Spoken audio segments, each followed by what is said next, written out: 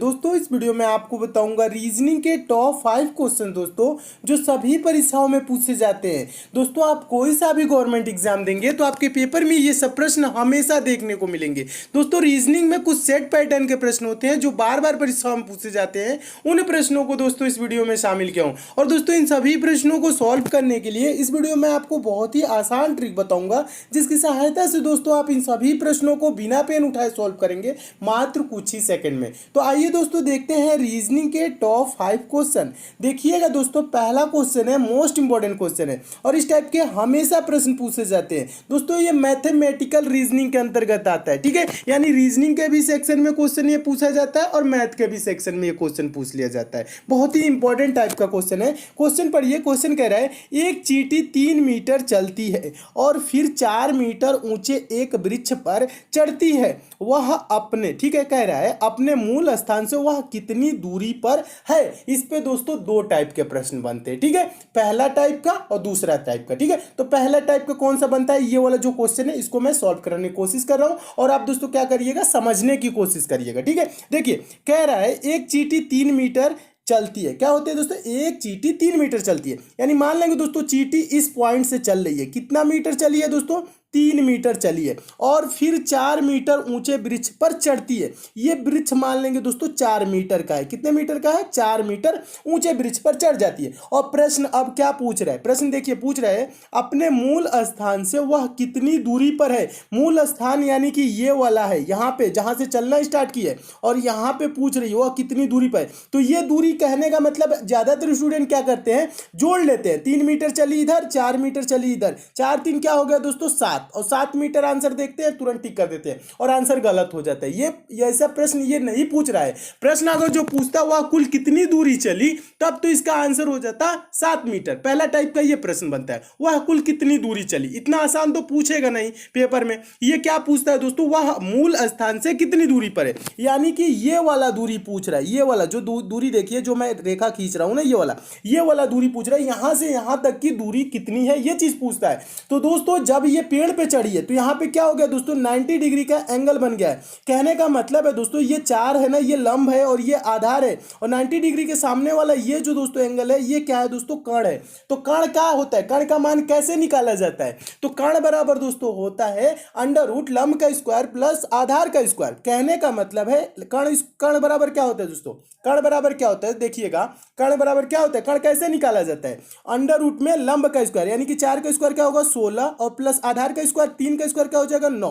16 9 दोस्तों क्या हो जाएगा, 16 9 25 हो जाएगा। अंडर रूट 25 का मान क्या होता है दोस्तों, 25 का मान होता है 5। तो ये दूरी क्या हो जाएगी दोस्तों, 5 मीटर हो जाएगी। समझने की कोशिश कीजिएगा, ये दूरी क्या हो जाएगी दोस्तों, 5 मीटर हो जाएगी। और 5 मीटर किस ऑप्शन में दिया है, ऑप्शन नंबर पहले में दिया है। तो आपका ऑप्शन नंबर पहले क्या हो जाएगा, सही हो जाएगा। तो मैं उम्मीद करता हूं दोस्तों आप इस प्रश्न को अच्छे से समझ गए होंगे। एक बार और समझाने की कोशिश कर रहा हूं, समझिएगा। इसके लिए पेन उठाने की भी जरूरत नहीं होती है। कैसे सॉल्व किया जाता है, 3 मीटर चली है फिर 4 मीटर ऊंचे वृक्ष पर चढ़ गई है और ये दूरी पूछ रहा है 3 ये 4। तो क्या करेंगे दोस्तों, 4 का स्क्वायर क्या होता है 16, 3 का स्क्वायर क्या होता है दोस्तों 9, 16 9 क्या होगा दोस्तों 25। इसको अंडर रूट में रख लेंगे, ठीक है। अंडर रूट 25 का वैल्यू क्या होता है दोस्तों 5, ठीक है। तो ये कर्ण इस ऐसे आ जाएगा, ये 5 यानी कि ये दूरी जो होगी दोस्तों यहां से यहां तक की ये 5 मीटर होगी। यानी कि चींटी दोस्तों मूल स्थान से वो कितनी दूरी पे है, तो 5 मीटर की दूरी पे है और 5 मीटर ऑप्शन नंबर ए में दिया। तो आपका ऑप्शन नंबर ए दोस्तों क्या हो जाएगा, सही हो जाएगा। और इस टाइप के दोस्तों हमेशा प्रश्न पूछे जाते हैं।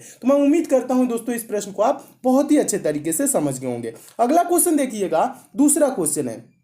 दूसरा क्वेश्चन आपका सीरीज से है, यह भी इंपॉर्टेंट क्वेश्चन है, यह भी पूछा गया क्वेश्चन है। देखिए प्रश्न है नीचे दी गई श्रृंखला में प्रश्न चिन्ह के स्थान पर कौन सी संख्या आएगी। प्रश्न चिन्ह है कहाँ, देखिए प्रश्न चिन्ह यहाँ श्रृंखला में दिया गया है और यहीं पे पूछ रहा है कि कौन सी संख्या आएगी। तो दोस्तों सीरीज से रिलेटेड कभी भी आपके पेपर में प्रश्न है तो आप क्या करेंगे, सीरीज को देखेंगे, सीरीज कैसे आगे चल रही है। तो जैसे दोस्तों ये सीरीज कैसे चल रही है, देखिएगा 3 है दोस्तों, 3 के बाद 5, 5 के बाद 6, 6 के बाद दोस्तों 12 हुआ, फिर 12, उसके बाद प्रश्नवाची प्रश्नवाचक चिन्ह 24 26। यानी कहने का मतलब है अगर जो आप डिफरेंस देखें दोस्तों, यानी अंतर देखें तो 3 के बाद 5 हुआ 2, फिर 5 के बाद 6 1, 6 के बाद दोस्तों 12 हुआ 6, 12 के बाद दोस्तों 12 है यानी कि 0, फिर उसके बाद प्रश्नवाचक चिन्ह, उसके बाद से दोस्तों 24 है 26 है यानी कि 2 इधर। ठीक है, यानी ये यहाँ पे आपको कुछ नजर नहीं आ रहा होगा इस टाइप से कि ये सीरीज कैसे आगे बढ़ रही है या घट रही है, कुछ भी इस यहाँ पे आपको समझ में नहीं आएगा। यहाँ पे देखेंगे दोस्तों 2 1 6 0 ऐसे कोई कुछ भी नहीं समझ में आ रहा है। जब इस टाइप से आपके सीरीज सामने आ जाए और दिखे कुछ भी जब समझ में ना आए, तब क्या किया जाता है दोस्तों, देखिएगा तब किया जाता है हम एक एक संख्या को छोड़ के सीरीज को सॉल्व करते हैं। कहने का मतलब है 3 के बाद दोस्तों हम 5 छोड़ देंगे 6, ठीक है, 6 के बाद दोस्तों 12 छोड़ देंगे, ये वाला 12 लेंगे, फिर 12 के बाद दोस्तों ये प्रश्नवाचक चिन्ह छोड़ के 24। ठीक है, यानी कहने का मतलब है देखिए क्या हुआ, 3 दूना के 6, 6 दूना के 12, 12 दूना के 24, यानी क्या हो रहा है, मल्टीप्लाई 2 हो रहा है, यानी कि 2 गुना हो रहा है। 3 दूना के 6, 6 दूना के 12, 12 दूना के 24। ठीक है, अब देखिए अब क्या करेंगे, दूसरा है जो बचा है बीच वाला उसे हम लेके चलेंगे। कहने का मतलब है 5 के बाद दोस्तों 12 हुआ, यानी क्या हुआ है दोस्तों, 5 के बाद 12 यानी कि यहाँ पे मल्टीप्लाई नहीं हो रहा है, जुड़ा है। कितना जुड़ा है दोस्तों, 5 में 7 जोड़ेंगे तो 12 हो जाएगा, यानी 7 जुड़ा है। 12 के बाद दोस्तों क्या होगा, इसमें भी 7 अगर जो जोड़ दे तो यहाँ पे दोस्तों क्या हो जाएगा, 19 हो जाएगा, और 19 के बाद दोस्तों 7 जोड़ दे तो क्या हो जाएगा दोस्तों, 26 हो जाएगा, और 26 यहाँ पे दिया हुआ है, तो यहाँ पे प्रश्नवाचक चिन्ह पे भरी जाने वाली संख्या क्या हो जाएगी, 19 हो जाएगा। और 19 किस ऑप्शन में दिया है, तो ऑप्शन नंबर पहले में दिया है, तो आपका ऑप्शन नंबर पहले दोस्तों क्या हो जाएगा, सही हो जाएगा। तो इस टाइप से सीरीज आपको एकदम अच्छे से समझ में आ गई होगी, और ये सीरीज कैसे चली है पूरा आपको क्लियर हो गया होगा। तो मैं उम्मीद करता हूं दोस्तों आप इस प्रश्न को बहुत ही अच्छे तरीके से समझ गए होंगे। क्या किया जाता है दोस्तों, जब सीरीज ना समझ में आए तो एक एक संख्या को छोड़ के सॉल्व किया जाता है, तब सीरीज समझ में आने लगती है। ठीक है, और इसका आंसर क्या हो जाएगा, 19 हो जाएगा। नेक्स्ट क्वेश्चन देखिएगा, तीसरा क्वेश्चन। और दोस्तों मैं आपको बता दूं, प्रश्न सॉल्व करने से पहले क्या किया करिए, वीडियो को पॉज कर दिया करिए, अपने आप से भी सॉल्व करने की कोशिश किया करिए। ठीक है, अपने आप से सॉल्व करने की कोशिश करेंगे तो आपके अंदर सोचने समझने की शक्ति विकसित होगी, तो आप पेपर में क्या होगा, आपको हिचकिचाहट नहीं होगी, हेजिटेशन नहीं होगी, आप प्रश्नों को पेपर में भी अच्छे से सॉल्व करने लगेंगे। तो अपने आप से भी सॉल्व करने की कोशिश किया करिए, बुक से भी प्रैक्टिस किया करिए। ठीक है, देखिए तीसरा क्वेश्चन बहुत ही इंपॉर्टेंट है, और आपको प्रश्न दोस्तों अच्छे लग रहे हैं तो वीडियो को अभी लाइक कर दीजिए, और ज्यादा से ज्यादा आप दोस्तों शेयर किया करिए। लाइक शेयर करते हैं तो दोस्तों हमें मोटिवेशन मिलता है कि आपको वीडियो पसंद आ रही है, और किसी टॉपिक में आप विशेष रूप से कमजोर है तो उस टॉपिक का नाम यानी चैप्टर का नाम भी कमेंट कर देंगे, तो भी चैप्टर में बहुत जल्द कंप्लीट करा दूंगा। ठीक है, देखिए तीसरा क्वेश्चन है, नीचे दी गई प्रश्न का सही वेन आरेख बताएं। वेन डायग्राम बनाना है, किसका, घोड़ा बंदर बाघ। ठीक है दोस्तों, वेन डायग्राम से रिलेटेड आपके पेपर में कभी भी प्रश्न आएगा तो आपको ये करना क्या होता है, वेन डायग्राम से रिलेटेड जो शब्द दिए जाते हैं, यानी जिसके बीच आपको वेन डायग्राम बनाना होता है, जैसे इसमें घोड़ा दिया है, बंदर दिया है, बाघ, इसके बीच दोस्तों हम देखते हैं कि संबंध कैसा है, एक दूसरे के बीच ये एक दूसरे से कैसे संबंधित है, बस ये चीज पता लगा लेंगे तो इसका आंसर भी आप दे लेंगे। ठीक है, तो देखिए घोड़ा क्या होता है दोस्तों, बंदर क्या होता है, बाघ क्या होता है। देखिए, और ज्यादातर स्टूडेंट क्या सोचते हैं, देखिए बड़ा छोटा सोचने लगते हैं, यानी कि घोड़ा बड़ा होता है उसके अंदर क्या कर लेते हैं दोस्तों, बाघ को कर लेते हैं, उसके बाद बंदर कर लेते हैं, ऐसे वेन डायग्राम नहीं, ये आपको बड़ा छोटा नहीं पूछ रहा है, वेन आरेख पूछ रहा है, यानी कि वेन डायग्राम पूछ रहा है, यानी इसके बीच संबंध पूछ रहा है, तो इसका इमेज ऐसे नहीं होगा, ऐसे गलत हो जाएगा। देखिए ये घोड़ा क्या होता है, बंदर क्या होता है, बाघ क्या होता है। घोड़ा दोस्तों एक जानवर होता है, बंदर भी एक जानवर होता है, और बाघ भी क्या होता है दोस्तों, एक जानवर होता है। ठीक है, और ये सब अलग अलग होते हैं, इनमें किसी प्रकार का रिलेशन नहीं होता है, यानी संबंध नहीं होता है। तो एक देखिए सर्कल कैसे बनाएंगे, और इसको सर्कल से प्रदर्शित किया जाता है, तो एक घोड़ा का सर्कल हो जाएगा, फिर एक बंदर का सर्कल हो जाएगा, और एक बाघ का सर्कल हो जाएगा, यानी अलग अलग इसका सर्कल हो जाएगा। ठीक है, तो दोस्तों इस टाइप से अलग अलग सर्कल देखिए किस ऑप्शन में दिया है, तो आपका देखेंगे दोस्तों ऑप्शन नंबर बी देखेंगे, तो ऑप्शन नंबर बी में दिया है अलग अलग सर्कल। ठीक है, तो ऑप्शन नंबर बी क्या हो जाएगा, सही हो जाएगा, यानी इनके बीच कोई संबंध नहीं होता है, ये सब अलग अलग जानवर है। तो इस टाइप का वेन डायग्राम किस टाइप से बनेगा, ऑप्शन नंबर बी की तरह, तो आपका ऑप्शन नंबर बी दोस्तों क्या हो जाएगा, सही हो जाएगा। तो मैं उम्मीद करता हूं दोस्तों आप इस प्रश्न को भी बहुत अच्छे तरीके से समझ गए होंगे, और इस टाइप के भी प्रश्न आपके पेपर में आएगा तो आप अच्छे से सॉल्व कर लेंगे। अगला क्वेश्चन देखिएगा, अगला क्वेश्चन मोस्ट इंपॉर्टेंट है, और अगला क्वेश्चन देखने से पहले दोस्तों जो नए स्टूडेंट है उनके लिए बता दूं दोस्तों, ये पंचम पब्लिशर की ई बुक है, आपके आगामी सभी परीक्षाओं के लिए इंपॉर्टेंट है, चाहे आप दोस्तों रेलवे की एग्जाम देंगे, एसएससी की एग्जाम देंगे, या अगर आप दोस्तों कोई सा भी गवर्नमेंट एग्जाम देंगे, क्योंकि दोस्तों इस ई बुक में उन प्रश्नों को शामिल किया गया है जो प्रश्न आपके बार बार परीक्षाओं में पूछे जाते हैं, जो प्रश्न हमेशा परीक्षाओं में रिपीट होते हैं।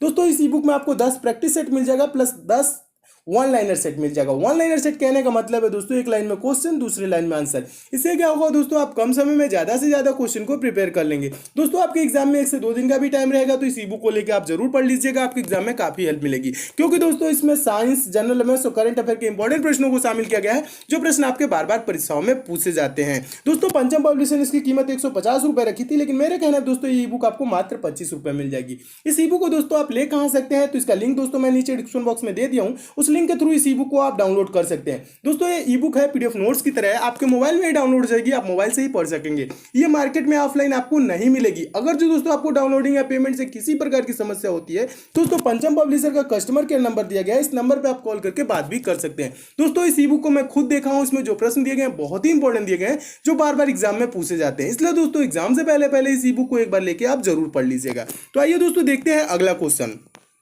देखिएगा दोस्तों चौथा क्वेश्चन है। चौथा क्वेश्चन बहुत ही इंपॉर्टेंट क्वेश्चन है और ये पेपर में बहुत बार पूछा जा चुका है। देखिए क्वेश्चन देखने में दोस्तों आपको बहुत बड़ा लग रहा होगा, लेकिन सॉल्व करना ये बहुत ही आसान होता है। और ज्यादातर स्टूडेंट क्या करते हैं, क्वेश्चन बड़ा देखते हैं और छोड़ देते हैं। ठीक है, क्वेश्चन बड़ा देख के छोड़ा नहीं जाता, उसको सॉल्व करने की कोशिश किया जाता है, ज्यादा टाइम नहीं दिया जाता है। ठीक है, देखिए इसमें टाइम नहीं लगेगा। प्रश्न को पढ़िएगा।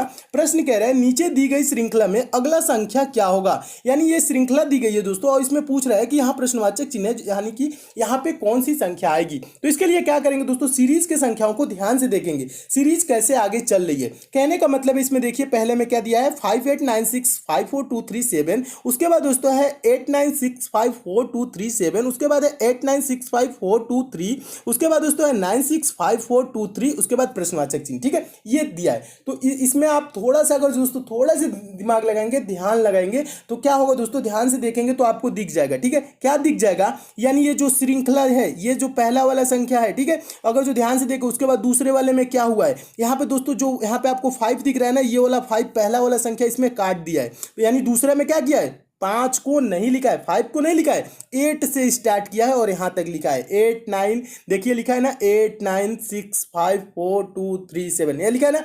89654237, ये चीज लिखा हुआ है। ठीक है, अब आगे क्या किया है दोस्तों, आगे देखिएगा, आगे देखिए दोस्तों 896 लिखा है, 5423 तक लिखा है, 7 को नहीं लिखा है।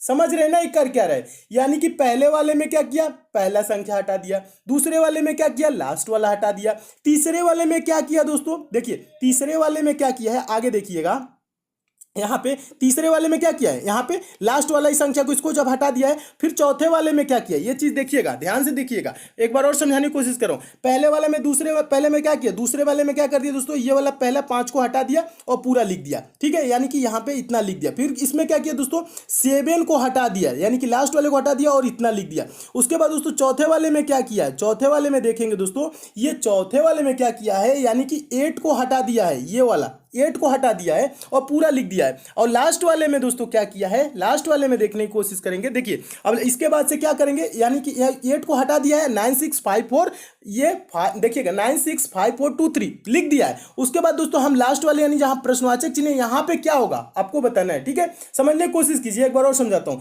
यहां पे 5 काट दिया है, दूसरे वाले में यहां पे 5 काट के और यहां पे पूरा लिख दिया। ठीक है, तो इसमें क्या किया दोस्तों, 7 को काट दिया है, पूरा लिख दिया है। फिर क्या किया है दोस्तों, यहां पे दोस्तों 8 को काट के यहां पे लिख दिया। ठीक है, इसमें हम क्या करेंगे दोस्तों, 3 को काट देंगे, जितना बचा वो लिख देंगे। कहने का मतलब है दोस्तों ये बचा क्या क्या दोस्तों, 96542 इसका राइट आंसर होगा, जो कि ऑप्शन नंबर डी में दिया है। तो आपका ऑप्शन नंबर डी दोस्तों क्या हो जाएगा, सही हो जाएगा। तो इस टाइप के भी प्रश्न आए दोस्तों तो आप ऐसे सॉल्व कर सकते हैं। एक बार समझ लीजिएगा, ज्यादा कुछ नहीं किया है, बस 5 काटा है फिर लिख दिया। ठीक है, फिर इसमें क्या किया है दोस्तों, 7 को काटा है लिख दिया। ठीक है, फिर इसमें क्या किया है दोस्तों, 8 को काटा है लिख दिया। फिर आगे क्या करेंगे दोस्तों, 3 को काटेंगे लिख देंगे। ठीक है, 3 को काटेंगे लिख देंगे, तो इसका आंसर क्या हो जाएगा, ये हो जाएगा। देखिए दोस्तों बहुत ही आसान क्वेश्चन है और ये बहुत बार पूछा जा चुका है, और मैं उम्मीद करता हूं दोस्तों इस प्रश्न को आप बहुत ही अच्छे तरीके से समझ गए होंगे।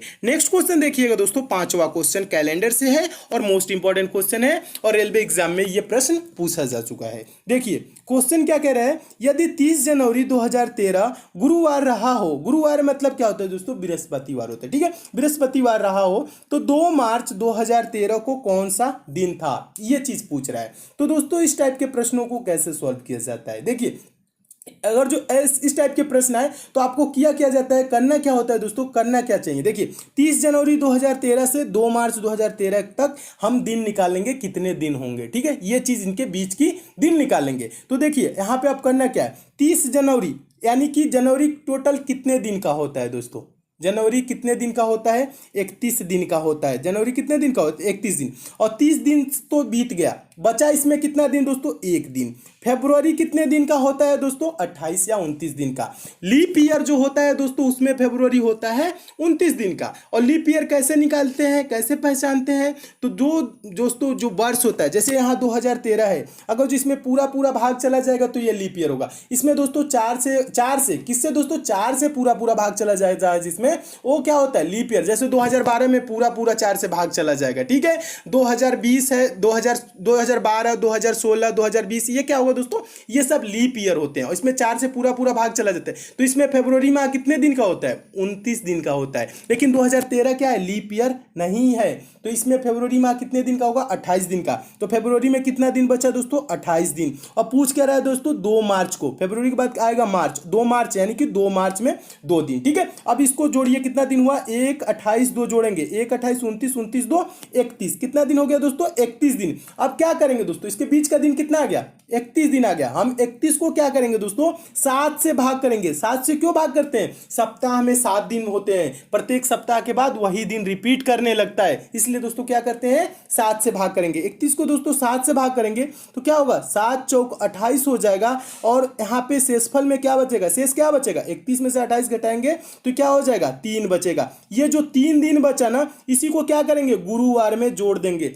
गुरुवार यानी कि बृहस्पतिवार में 3 दिन जोड़ेंगे, 1 दिन जोड़ेंगे तो क्या होगा दोस्तों, शुक्रवार। 2 दिन जोड़ेंगे, शनिवार। तीसरा दिन जोड़ेंगे, रविवार। रविवार किस ऑप्शन में दिया है, तो ऑप्शन नंबर डी में दिया है, तो आपका ऑप्शन नंबर डी दोस्तों क्या हो जाएगा, सही हो जाएगा। तो मैं उम्मीद करता हूं दोस्तों इस प्रश्न को भी आप अच्छे से समझ गए होंगे, और इस टाइप के भी प्रश्न आएगा तो आपके पेपर में कभी भी पूछा जाएगा तो आप सॉल्व कर लेंगे। ज्यादा कुछ नहीं किया जाता है, बस इनके बीच का दिन देखा जाता है, टोटल कितने दिन है। जैसे इसमें 1 दिन बचा जनवरी में, फरवरी में 28 दिन बचा। देखिए बिना पेन उठाए भी सॉल्व कर सकते हैं। देखिए क्या बचा दोस्तों, जनवरी में कितना दिन बचा, 1 दिन। फरवरी में कितना दिन है, 28 दिन। मार्च में किस मार्च को पूछ रहा है, 2 मार्च को, 2। इसको जोड़ लेंगे बस यही, ठीक है। जोड़ेंगे 1, 28, 2 क्या हो जाएगा दोस्तों, 31 हो जाएगा। और 31 को दोस्तों क्या करेंगे, 7 से भाग करेंगे। किससे भाग करेंगे दोस्तों, 31 को 7 से भाग करेंगे तो 7 चौक क्या हो जाएगा दोस्तों, 28 हो जाएगा। और यहाँ पे शेष में क्या बचेगा, 3 दिन। जो शेष में दोस्तों बचता है वही हम इसमें जोड़ देते हैं गुरुवार में। गुरुवार में 3 दिन जोड़ेंगे तो हो जाएगा रविवार, इसका रविवार। अगर जो दोस्तों शेष में कुछ भी ना बचे, जीरो बचे, जीरो भी कभी बचता है, ठीक है, तो यानी कि वही दिन होगा, गुरुवार ही होगा। जीरो भी बचता है तो आप कंफ्यूज ना होइएगा, ठीक है।